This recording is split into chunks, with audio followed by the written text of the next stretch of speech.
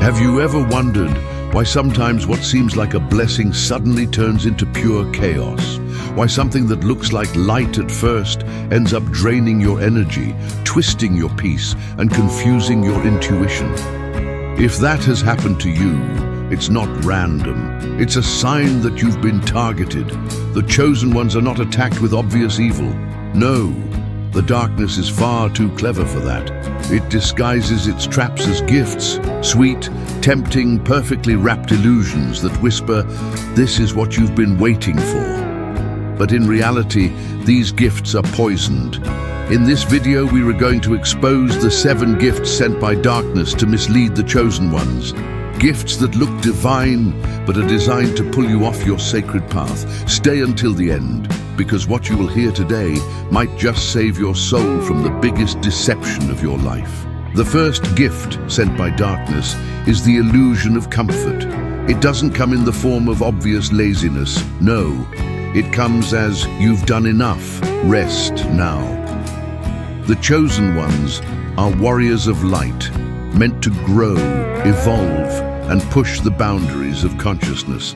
But the darkness knows that exhaustion is your weak point.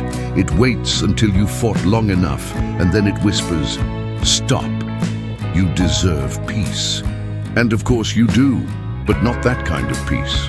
The peace offered by darkness is not true rest. It's stagnation, disguised as self-care.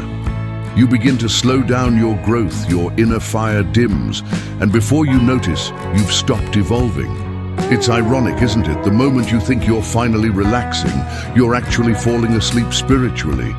True peace gives clarity and renewal. False peace gives numbness and silence inside your soul. That's how the darkness gets you, not with noise, but with a comfortable quiet. The second gift is false connections. The darkness will send people into your life who look perfect, kind, spiritual, even enlightened. They'll mirror your energy, speak your language, and tell you everything you've always wanted to hear. But underneath, something will always feel slightly off. You'll sense it deep down, that soft warning in your gut, but you'll ignore it because the illusion feels so good. These people come with beautiful intentions on the surface, but their hidden purpose is to drain your light, to keep you distracted from your mission. They will shower you with affection, validation, and empathy until you begin to rely on them emotionally. And that S, when they twist it, they pull back their energy, make you doubt your worth, and feed on your confusion. The darkness loves to use human vessels to destabilize the chosen ones. Because nothing disarms a warrior faster than love that feels divine, but is actually sent to destroy. The most painful betrayal is the one that wears the mask of connection. The third gift is the illusion of abundance. The darkness knows how to play with your desires. It doesn't tempt you with obvious greed. It tempts you with manifestations. It whispers, "You deserve it all. You can have it all. The universe owes you." And although manifestation is real, it can become corrupted when guided by ego instead of soul. The chosen ones are meant to create from alignment, not from hunger. When darkness senses that you're tired of waiting for divine timing, it sends opportunities that seem perfect. The job, the fame, the money. But each comes with invisible strings attached. A cost that grows heavier over time. Suddenly, you realize that your peace is gone. Your intuition is blocked, and you've traded your freedom for glittering chains. That's how darkness operates. Not by taking away what you want, but by giving it too easily. True blessings elevate your soul. False ones fatten your ego and starve your spirit. The fourth gift is the addiction to validation. Darkness knows your secret. Even as a chosen one, you crave recognition. You want your light to be seen, so it offers you applause, admiration, likes, followers, attention, all dressed up as purpose. At first, it feels amazing. You're finally appreciated, right? But slowly, you begin to adjust your truth to keep the applause coming. You dilute your message. You hold back your fire. You start performing instead of being. That's when darkness wins. not by silencing your voice, but by making you addicted to being heard.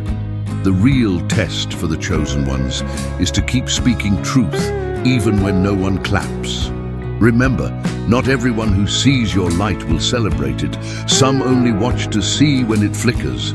The fifth gift is false enlightenment. This is perhaps the most dangerous one. It comes when you start believing that you've already arrived, that you're done growing, that you've figured out the universe. It's such a beautiful trap because it feels like peace and mastery. But in truth, it's ego in disguise. The moment a chosen one says, "I know enough," the light inside them begins to fade. Darkness loves fake gurus, those who think they're too advanced to be wrong. It wraps them in compliments, followers, and the illusion of wisdom. And the more they believe in their superiority, the further they drift from the source. True enlightenment is humble. It always knows there's more to learn. False enlightenment tells you that you've reached the top so that you stop climbing. And once you stop, you fall. The sixth gift sent by darkness is the counterfeit calling. This one's cruel because it hides behind your purpose. You might feel like you've found your divine mission, but in reality it's a detour, a shiny distraction that looks almost identical to your real path. It keeps you busy, productive, and even successful, but slightly off course. Just enough that your energy no longer aligns with your soul's true blueprint. You'll feel it as subtle restlessness, a sense that something's missing even when everything seems right. The darkness doesn't need you to fail. It only needs you to be 1 degree away from your truth. That's enough to prevent you from reaching your destiny. And because this counterfeit calling still brings you praise, opportunities, and purpose, it's the hardest one to detect. And finally, the seventh gift, the illusion of control. Darkness knows how deeply the chosen ones crave to understand everything, why things happen, what's coming next, how to protect those they love. So it offers control.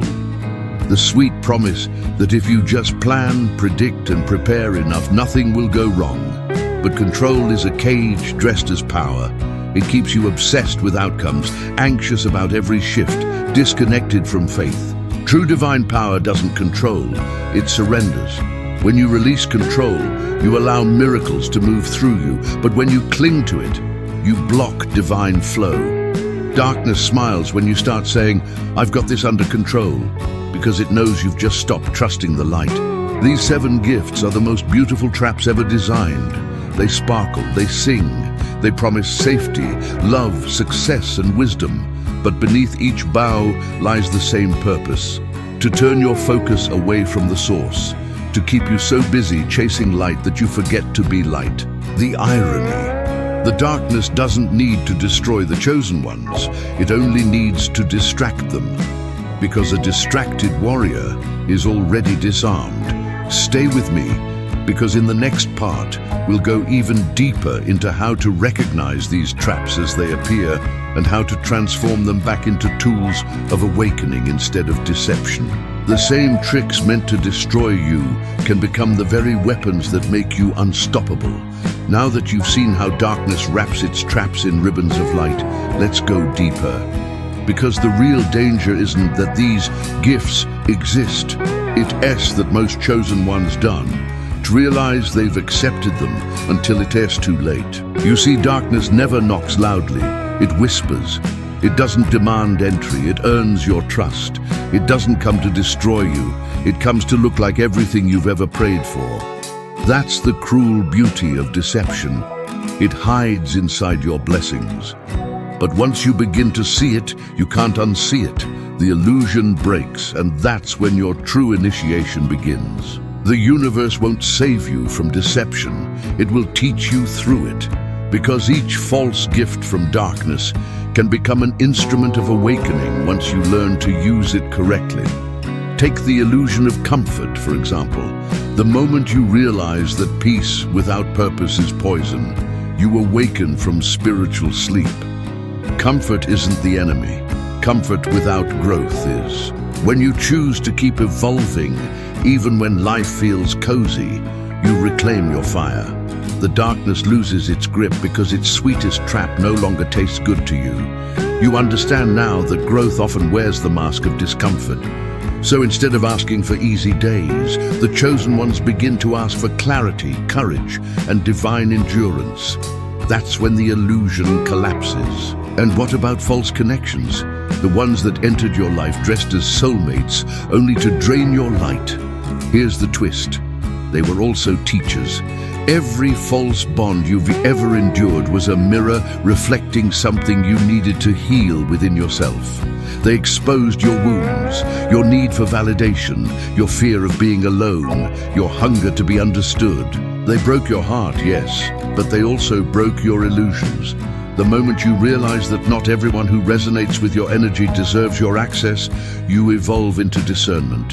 You no longer attract emotional vampires, you magnetize mirrors of your healed self. And that's when true love, divine love, finds you. The illusion of abundance, too, can become your awakening. When you realize that not every open door leads to heaven, you start to listen more closely to your intuition. You begin to feel the difference between opportunities that expand your spirit and those that just inflate your ego. The chosen ones learn that abundance is not about accumulation. It's about alignment. You don't chase, you attract. And only what resonates stays. Darkness hates that. Because when you stop running after shiny things, its entire strategy collapses. You return to your true wealth, inner peace. Now let's talk about the addiction to validation.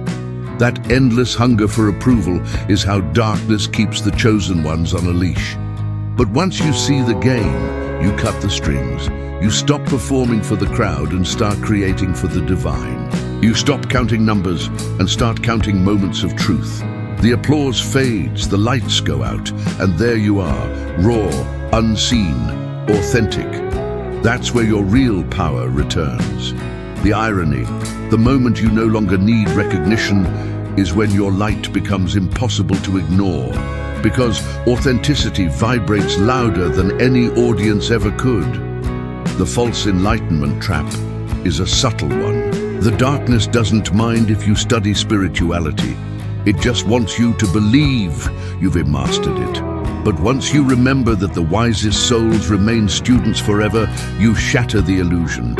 True wisdom is a spiral, not a ladder. The more you learn, the more humble you become.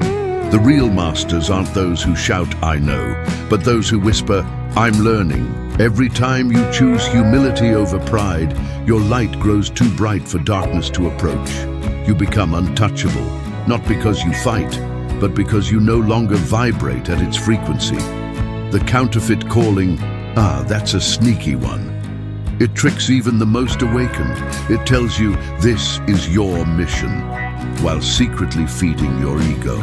But when you pause and listen deeper, your soul reveals the difference between a mission that serves you and one that serves the light. The real calling feels peaceful yet powerful. It demands discipline, not drama. The false one feels exciting but chaotic. It burns energy instead of channeling it. When you align with your true mission, you'll notice that things flow instead of forcing. The right people appear, the right doors open. You don't have to push. The universe pulls you forward. That's how you know you've left the counterfeit behind.